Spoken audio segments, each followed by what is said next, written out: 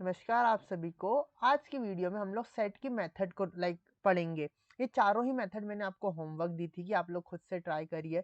Well and good, यदि आपने try करा है, कोई एरर आए हो तो भी वेल एंड गुड, नहीं आए हो तो भी वेल एंड गुड। हम लोग अभी सारे ही एरर को रिजॉल्व कर रहे होंगे।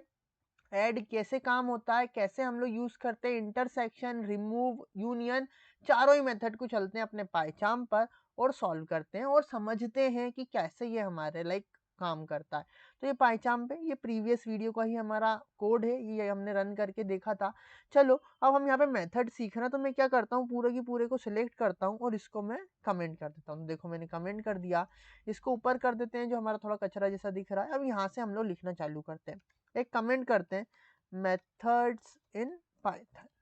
ठीक है, मेथड्स इन या सेट मेथड इन पाइथन ऐसा लिखते हैं पूरा स्टेटमेंट। तो हमने देखा सबसे पहले ऐड मेथड। हमने S1 एक सेट बनाया। सेट हम लोग बनाते हैं करली ब्रेसेस से, आप सभी जानते हैं।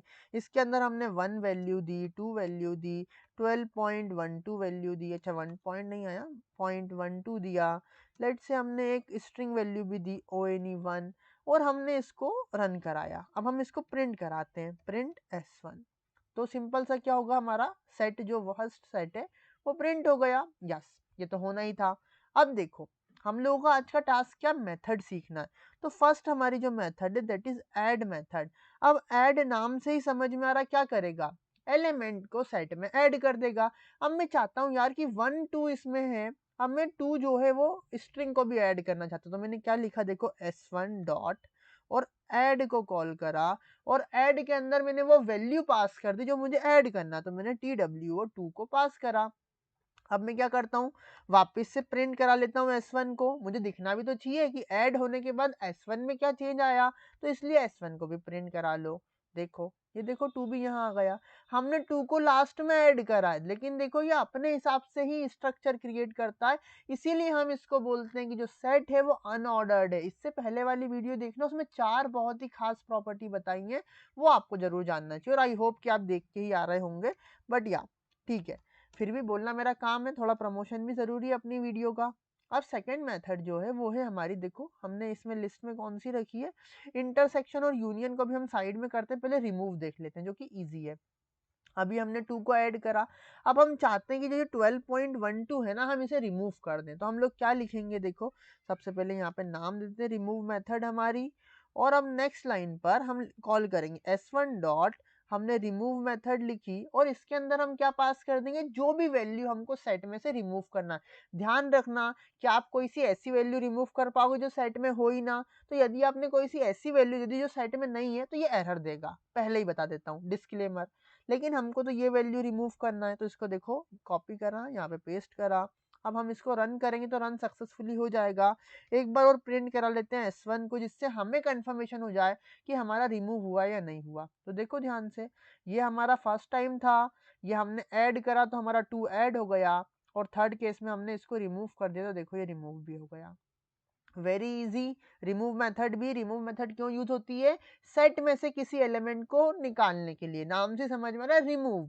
ऐड मतलब कि ऐड कर देना सेट में, रिमूव मतलब हटा देना। जैसे हमने पुश और पॉप पढ़े थे अपने लिस्ट वाले में, पॉप मेथड पढ़ी थी और एक और अपेंड पढ़ा था, लिटिल बिट सिमिलर है। बट वहां पे हम लोग थोड़ा सा अलग तरीके से यूज करते हैं, यहाँ पे हमने अलग तरीके से करा। ये सेट के लिए होती है। थर्ड मेथड है हमारी यूनियन। अब यदि आप लोग मैथ्स बैकग्राउंड से हैं तो आपने कभी ना कभी यूनियन पढ़ा होगा सेट थ्योरी में। ठीक है, यूनियन क्या करता है, यूनियन हमारा सबको जोड़ देता है। यूनियन की स्पेलिंग क्या है यार, स्पेलिंग ही भूल गए, शिट। चलो UNION, कोई बात नहीं, भूल जाते हैं, एरर सबके साथ होते हैं। ION, union. तो देखो अब हम क्या करते हैं, S1 डॉट यूनियन कर देते हैं। हमको यूनियन 2 के बीच में होता है, तो हम एक और साइड बनाते हैं। लेट से हमने A साइड बनाया जिसमें हमने सारे ही इवन नंबर दिए या सारे ओड नंबर दिए, 1 3 और 5। एक और हमने B एक एलिमेंट बनाया, इसमें हमने लेट से प्राइम नंबर दिए। तो 2 एक प्राइम है, 3 एक प्राइम है, 5 एक प्राइम है, और लेट से 7 एक प्राइम है। तो अब हमको क्या करना है, इन दोनों का यूनियन करना है। तो हमने लिखा A डॉट यूनियन, यूनियन देखो हमें सजेस्ट भी कर रहा है, और अंदर हमने लिख दिया B।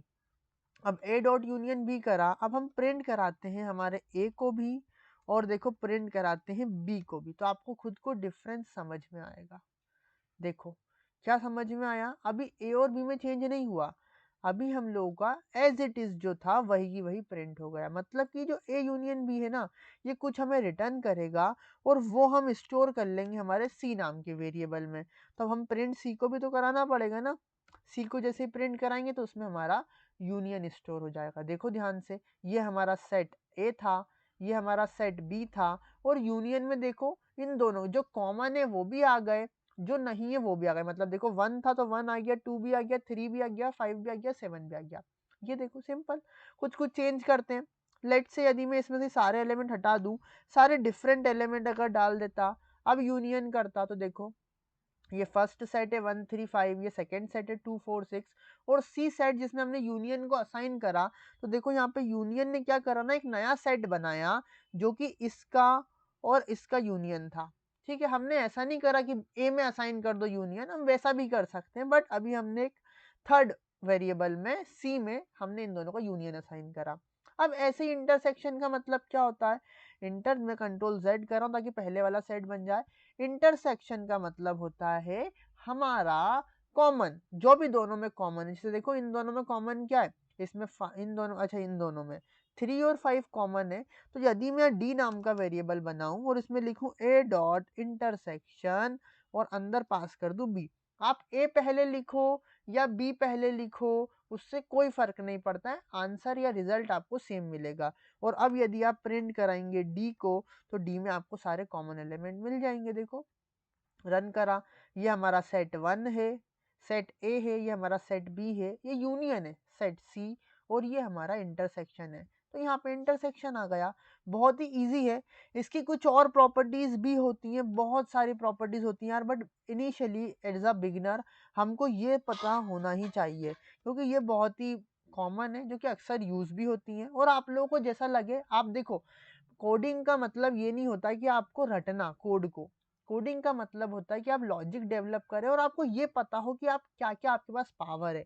मतलब आपने सेट पढ़ा तो आपको ये पता होना चाहिए कि आप सेट में ऐड भी कर सकते हैं, सेट से रिमूव भी कर सकते हैं, अगर सेट है तो आप उनका यूनियन भी ले सकते हैं।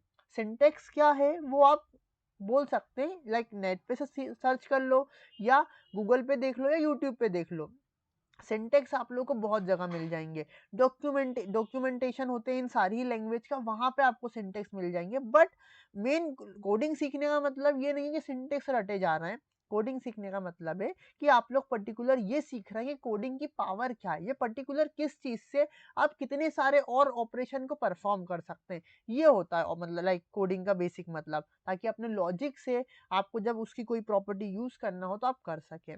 तो ये 4 प्रॉपर्टी जो कि कुछ खास थी, जो मुझे अच्छी लगती थी, वो हमने देखी। जैसे तो डिस्कार्ड होती है, अपडेट होती है, बहुत सारी इसमें प्रॉपर्टीज होती है, बट ये 4 इंपॉर्टेंट थी जो कि हमने देखी। यदि आपको और देखना है तो आप कमेंट करके पूछ सकते हैं।